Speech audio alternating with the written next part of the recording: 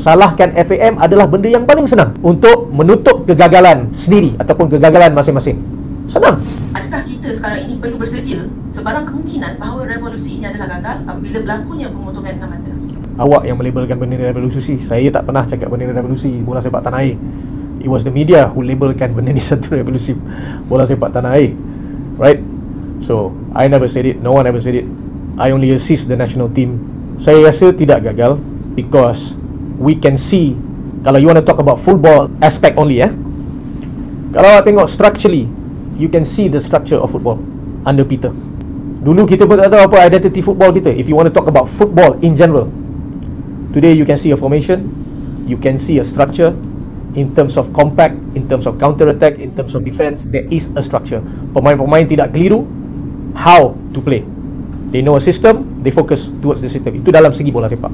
So, in terms of improvement, technical ataupun tactical, I see there is improvement. If you want to talk about training yang lebih organised, termasuk dengan one of the best doctors in the world, Dr. Craig, lebih berjaya. So, dalam segi aspek tu, dalam segi semangat pemain, di mana pemain pun dapat increase of their allowance, pun kita tengok, you cannot say all that is gagal just because you have an issue of these 7 pemain. Instead of salahkan A, B, C, FAM atau siapa-siapa ataupun pemain terus seterusnya, saya more interested to cari jalan penyelesaian.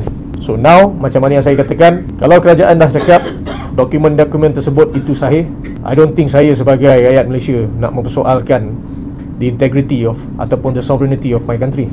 Kalau awak nak cakap those document ataupun mereka tak sah rakyat Malaysia, what makes you think that kita ni semua sah rakyat Malaysia? Kalau kita boleh mempersoalkan mereka, senang untuk mengkritik, oh bola sepak Malaysia gagal, oh bola sepak gini, bola sepak problem. 30 tahun sebelum saya ada dalam industri bola sepak, mana duit TV rights kepada pasukan-pasukan yang bertanding dalam Malaysia? So if you want to say what we are doing is a failure, no, it is a hiccup. Bagi saya, setiap hiccup tak semestinya kita patut berhenti, kita patut teruskan. Selagi benar, kita teruskan dengan apa cara pun untuk meningkatkan pasukan kebangsaan, termasuk dengan industri bola sepak tanah air. Apabila kita ada meeting dengan MFL, memberi satu solution di mana KBS memberikan bajet untuk semua pasukan yang bertanding dalam negara ada padang yang canggih, yang bagus dengan saluran air seterusnya. Ada juga pasukan yang ambil duit tersebut untuk betulkan bilik air instead of buat padang. Adakah itu kegagalan FAM? Senang untuk kita tuning jari kepada FAM, senang kita blame FAM. Oh, punca bola sepak Malaysia gagal ni pasal FAM.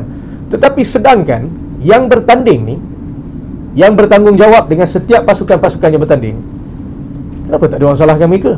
Ataupun kenapa tak mereka salahkan diri sendiri? Pasal salahkan FAM adalah benda yang paling senang untuk menutup kegagalan sendiri ataupun kegagalan masing-masing. Senang.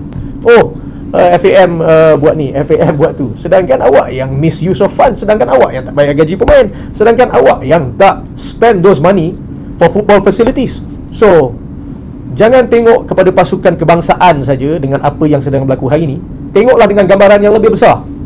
If you want to anti, just anti TMJ. Kalau ia membantu semua pihak tidur lena setiap malam untuk hold me accountable dan mensalahkan saya dengan keseluruhan apa yang sedang berlaku, saya terima dengan hati terbuka.